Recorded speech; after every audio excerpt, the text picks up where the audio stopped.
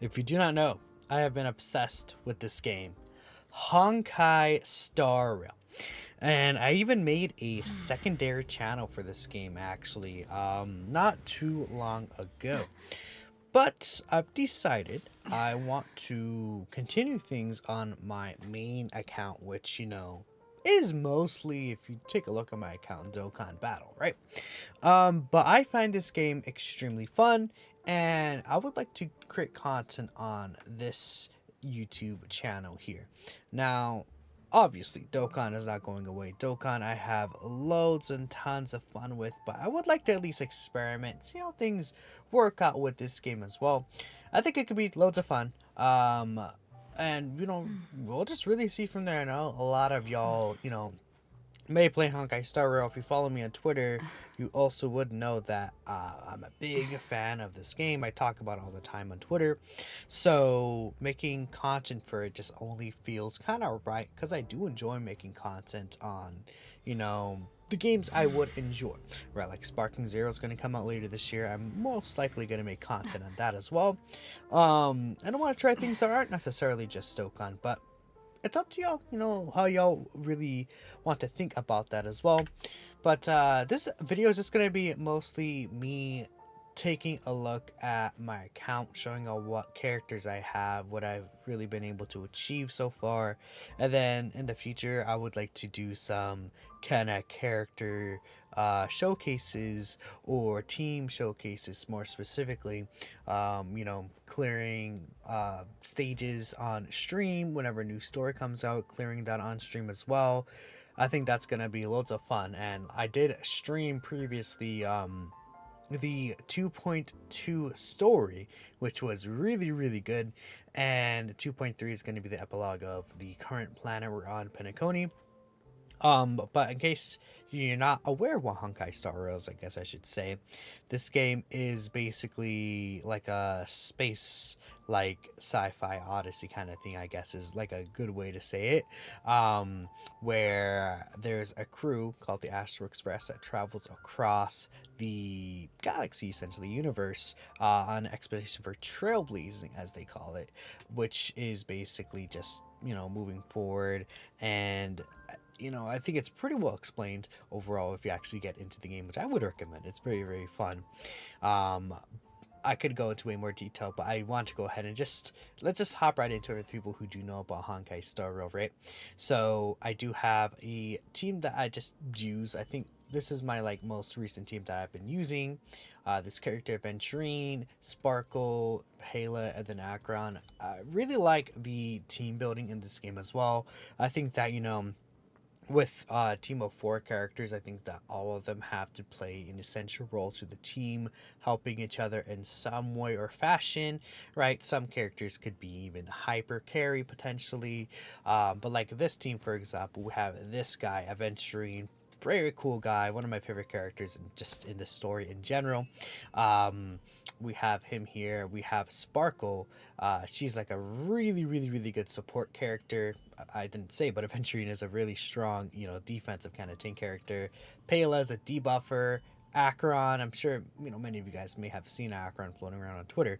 Akron is like a really strong DPS, just like hard hitting character that really benefits around like having enemies debuffed and things like that, right? So yeah, I have a lot of these characters. I wouldn't say Payless decked out, really, but I have a lot of these characters invested into as much as I can. We have Robin here with her light cone. We have Himeko, Ranmei. Like if you just see, I have tons, a majority of these characters that have released. Now I have skipped some characters as well in the past, so I'm not having every single character here, but I do have a good majority of these characters that I put some time and investment into for sure.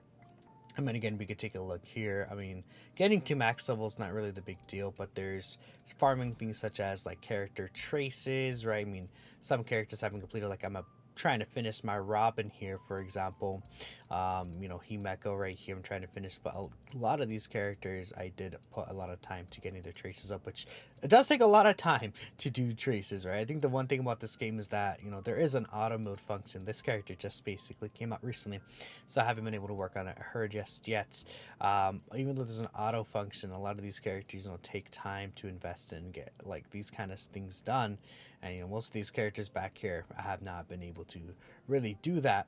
But the most important characters that I do use, I definitely make sure I pre-farm and get those things done ahead of time. But yeah, just again a quick look here at everyone I do have really.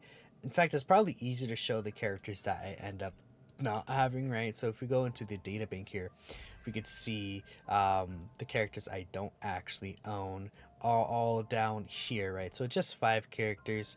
This character is actually running right now, Topaz. I zoomed in really quick to her face. I'm definitely interested in getting Topaz, picking up Topaz. I think that is a goal of mine to go ahead and do.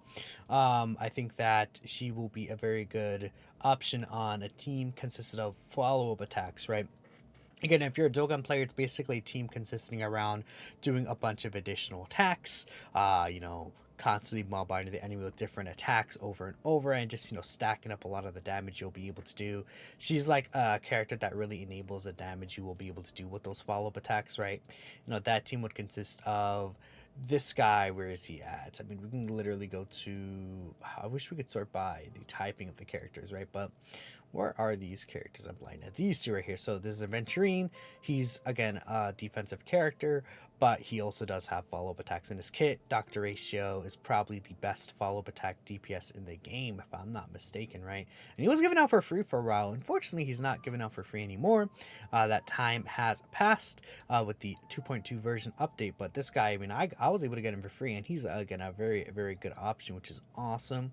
Then there is Robin here. This is the brand new 5-star that's out currently. She's a character where she has, like, how the game works is that it's turn-based, right? So your enemies have turns, you have turns.